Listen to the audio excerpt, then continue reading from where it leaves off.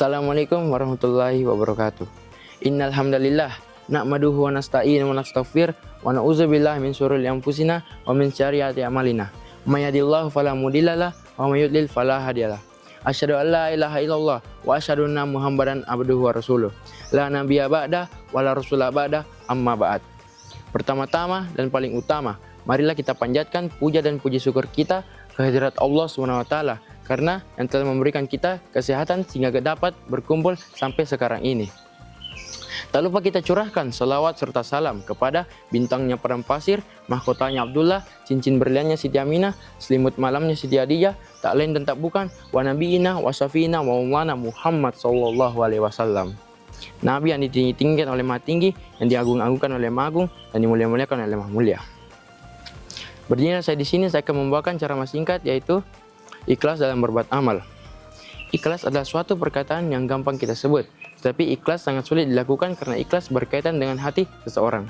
Adapun hadis yang dikatakan oleh Rasulullah yaitu innallaha la sajadikum wala ila suwarikum walakin yanzuru qulubikum wa amalikum. Yang artinya Allah tidak melihat wajahmu, tidak pula melihat tubuhmu, tetapi Allah melihat amal dan hati dan amal perbuatanmu. Maksud dari hadis di atas adalah Allah melihat keikhlasan kita, dan Rasul pun mengatakan hati lebih didahulukan dari amal perbuatan. Berarti yang dimaksud itu adalah keikhlasan. Kaum muslimin wal muslimat rahimakumullah. Ikhlas sangat sulit dilakukan karena ikhlas berkaitan dengan hati seseorang. Tetapi betapa banyak slogan ikhlas biasa kita sebut. Tapi dalam kitab Ihya Ulumuddin di sana dikatakan bahwa jika Anda hanya mengatakan sungguh saya sudah ikhlas, berarti Anda masih membutuhkan keikhlasan lagi. Untuk membantu pemahaman seseorang, sering menggambarkan ikhlas seperti orang yang buang hajat. Orang yang buang hajat tidak ia pikir apa yang ia makan sebelumnya. Apakah ia makan coto, nasi goreng, ataupun soto. Dan berapa uang yang ia keluarkan sebelumnya. Apakah 10.000, ratusan ribu, ataupun kalau bisa sampai jutaan, ia tidak pikir. Tapi jika zat yang dibutuhkan oleh tubuh akan menyerap ke dalam tubuh begitu saja, maka zat yang tidak dibutuhkan akan keluar begitu saja ke dalam kamar kecil tersebut. Seperti itulah bentuk keikhlasan. Kaum muslimin wal muslimat rahimakumullah. Ikhlas dilakukan seperti saat orang sebelum beramal.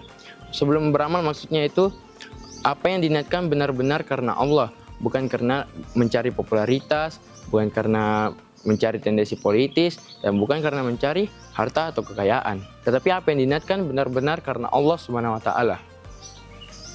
Adapun contoh lain dari seseorang yaitu orang ini ingin pergi ke majelis taklim, tetapi sesampainya di sana karena ia merasa materinya monoton, pembawanya tidak lucu ataupun tidak masuk akal ya. Jadi hilanglah keikhlasannya dalam berbuat amal. Majelis taklim. Dan contoh yang kedua, orang yang ingin melaksanakan puasa sunnah Senin Kamis. Ia sudah sahur pada subuh hari, tetapi pada jam 12 karena terasa terik dan dahaga menyengat, ditambah-tambah lagi ternyata ada temannya yang sedang berulang tahun. Maka hilanglah keikhlasannya ini dalam beramal puasa sunnah.